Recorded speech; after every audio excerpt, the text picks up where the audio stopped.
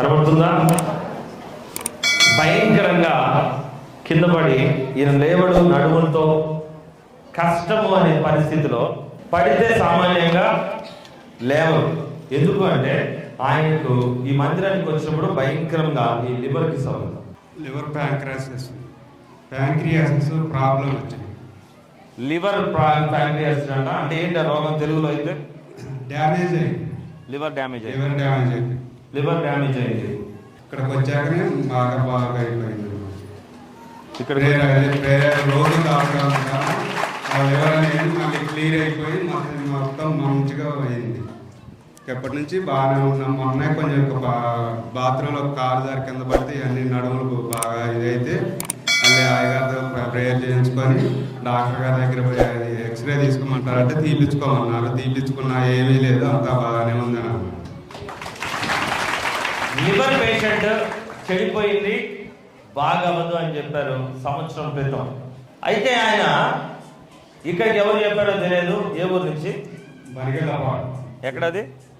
భీమవరం దగ్గర, ఎర్రుపాలెం దగ్గర నుంచి వస్తున్నారు బ్రదర్. దేవునికి స్తోత్రం. లివర్ చెడిపోయింది. ఆయన వచ్చినప్పుడు మీరు ఆయన పోస్టర్ చూడవచ్చు. ఒక దగ్గర ఉంటారు, ఆటోల మీద ఉన్న పోస్టర్లో ఉంటారు. మనిషి భయంకరంగా అయిపోయినాడు, చూడడానికి గుర్తుపట్టకుండా. కళ్ళన్నీ రెడ్ ఎల్లో కలర్ అయిపోయి, నాలుగు ఎండిపోయి, మనిషి రక్తం పడేటట్టుగా స్థితిలోకి వచ్చాడు. ఆల్రెడీ బ్లడ్ కూడా చూస్తున్నాం. మనిషి పని అయిపోయింది. మహా అంటే ఒక నెల ఏ మందులు వేసినా పని చేయక ఏమీ అసలు సమస్య లేదు. ఆయన ఒక్కడే వచ్చాడు మందిరానికి. కాపాడుకోవాలి దేవుని దగ్గర నుంచి. వచ్చిన తర్వాత ఆయన ఇప్పుడు కూడా ఏమంటున్నాడు, నేను ప్రేయర్ మాత్రమే కొద్దిగా తాగుతున్నా, కానీ నాకు ఇప్పుడు దేవుడు అది లేకుండా చేశాడు. ఇప్పుడు 2వ సంవత్సరం దేవుడు. ఎన్ని సంవత్సరాలు? 2వ సంవత్సరం. అయితే నేను ఒక మాట చెప్పినాను ఈ మధ్య క్యాండిల్ వెలిగించడానికి పోయినప్పుడు, అయ్యా సాంబశివరెడ్డి గారు, నేను మాట్లాడడానికి చెప్పినప్పుడు, నాన్న నీకు విషయం చెప్తానయ్యా, మీ కుటుంబం ఏంటి లోబడలేదు దేవుని మందిరంలో కన్నా? అయ్యా అవునా కదా అన్నారు. ఈయన ఒక్కరే వస్తున్నారు, మిగతా వాళ్ళకి లోబడట్లేదంటే వాళ్ళందరూ కూడా రెండు పడవల మీద కాలేస్తున్నారు. ఎక్కడ? 2 పడవల మీద కాలేస్తున్నారు. అక్కడ ఒకటి, ఇక్కడ ఒకటి. ఈయన ఒక్కడికి చెప్పినారు, నీకైతే ఒక చికాకు రాబోతుంది, కానీ నువ్వు గట్టిగా మందిరానికి నడవగలిగితే నీ వరకు కాపాడుకోవడం వరకే నా బాధ్యత, మా మందిరం బాధ్యత అని. అయ్యా అవును గుర్తుందా? ఇంట్లో కూడా నేను 2 సెకండ్లు మాత్రమే నిలబడి బయటకు వచ్చేసాను. ఎందుకంటే అది నాకు సగం ఇల్లు, పూర్తి నా ఇల్లు. అయ్యా అవునా కదా? ప్రేయర్ చేశారే, ఒక్క నిమిషం కూడా కూర్చోవాలి. ఎందుకంటే అది నా పూర్తి ఇల్లు కాదు. ఒక్క బ్రదర్ మాత్రమే నాకు, మిగతా వాళ్ళు సగం 2 పడవలు ఉంటే నేను మొహం కూడా చూపాను. వాడు ఏమన్నా అనుకున్నట్టుగానే ఆయన బాత్రూంలో పడటము, భయంకరంగా దెబ్బ తగిలింది. లేవలేకుండా రక్తంతో ఫోటో మా దగ్గర ఉంది. ఈ దెబ్బతో కాదు, రక్తంతో. సామాన్యంగా బాత్రూంలో పడితే ఎవరు బతకడం, అది ఒక పద్ధతి చెప్తా ఉంటారు.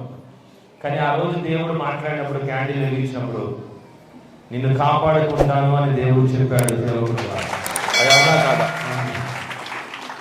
చెప్పారు, నిన్ను మట్టుకే ప్రాణానికి నా ప్రాణం వేస్తే నేను ప్రార్థన చేస్తాను. ఆ రోజు నీకు నా ప్రార్థన అడ్డుగా ఉంటుంది, నీ ప్రాణానికి నా దేవుడు నా ప్రార్థన ఆలకిస్తాడు. నువ్వు కరెక్ట్ గా మందిరానికి రావడానికి నువ్వు ఒక్కడమే బలమైన విశ్వాసకుడు. ఎందుకంటే నిన్ను రక్షించుకోవడానికి నా దేవుడు ఇక్కడికి పంపించున్నాడు అని చెప్పేసి దేవుడు.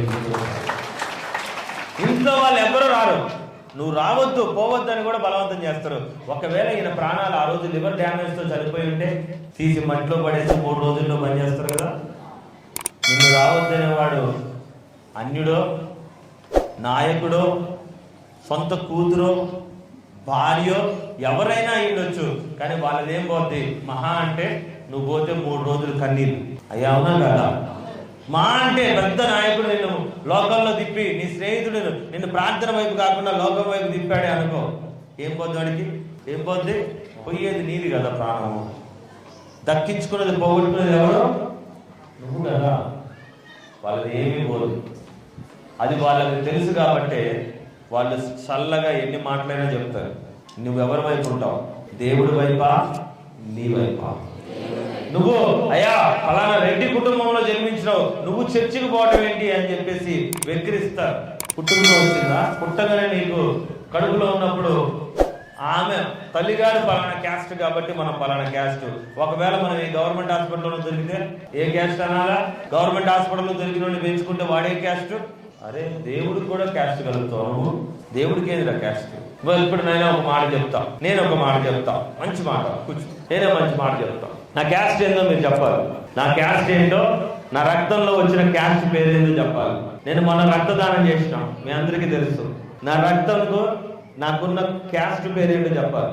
తలసేమియా వ్యాధితో అంటే 15 రోజులకు ఒకసారి రక్తం ఇవ్వకపోతే చనిపోయే వాళ్ళకి బ్లడ్ డొనేట్ చేశానా లేదా? నిజమే కదా, అబద్ధం కాదు కదా. నేను అర్థం చేయకుండా బ్లడ్ డొనేట్ చేసిన. ఆ బ్లడ్ కున్న పేరేంటి, ఆ క్యాస్ట్ పేరేంటి? ఎందుకంటే మా నాన్న ముస్లిం కుటుంబం నుంచి వచ్చాడు. మా అమ్మ పక్కా హిందువుల కుటుంబం నుంచి వచ్చింది. నేను పుట్టుక తెలిసిన కాడి నుంచి నాకు తెలిసిన దేవుడు యేసయ్యే. నేను యేసయ్యని మాత్రమే నాకు నడుస్తున్నా. ఇప్పుడు చెప్పండి, నా క్యాస్ట్ ఉన్న రక్తం ఏంటో, నా రక్తంలో ఉన్న కులం పేరు చెప్పండి. నా కులం పేరేంటి? నేను క్రైస్తవుడు అని కూడా చెప్పను, నేను ఒకటే చెప్తా, నేను ఇండియన్, భారతీయుడిని గుర్తుపెట్టుకోండి. నిజమైన మనిషిని, ముఖ్యంగా ఏంటంటే నా కులం పేరు మనిషి. ఏం కులం? మనిషి కులం. దున్నపోతుని గాడిదని అయితే కాదు కదా. అవునమ్మా? మీరు ఎంతమంది ఇంకా క్యాస్ట్ పట్టుకుని ఎలా ఆడుతున్నారో క్రైస్తవులుగా ఒకసారి ఆలోచించండి. నా ప్రియమైన సహోదరి సహోదరులారా, క్యాస్ట్లు, మతాలు దేవుళ్ళని వేరు చేసేది ఎందుకు తెలుసా? వాడి ఎదగడానికి తప్ప ఎవ్వడికి పనికిరాదు. గుర్తుపెట్టుకోండి, వాడు ఎదగడానికి మాత్రమే చేసేది. నువ్వు దేన్ని చూపిస్తున్నావు? దేవుడిని చూపిస్తావా? నీ రక్తంలో చూపించగలిగితే. నా సహోదరుడిని మందిరానికి రాకుండా కులం పేరు చెప్పి ఆపుదాం అనుకున్నారు, ఫలానా చర్చికి వద్దని చెప్పి ఆపుదాం అనుకున్నారు. నేను బంధువునే, నువ్వు నేను ఒకటే పద్ధతి కాబట్టి దీనికోసం రా, దీనికోసం నమ్ము అని చెప్పి అలా ఆపుదాం అనుకున్నారు ఆయన్ని. ఒకవేళ ఆయన ప్రాణాలు పోయి ఉంటే, ఆయనకి ఏమైనా అయ్యి ఉంటే వస్తుందా బంధుత్వమో? పోతావా నువ్వు కూడా ఆయనతో పాటు బాక్స్లోకి? నేను ఒకటే చెప్తున్నాను, నువ్వు దేవుడిని బట్టి దేవుడు మందిరానికి రాదు, దేన్ని బట్టి? దేవుడిని బట్టి దేవుడిని కనికినాడు. దేవుడే నిన్ను దీవించును గాక. ఆమేన్. హల్లెలూయా.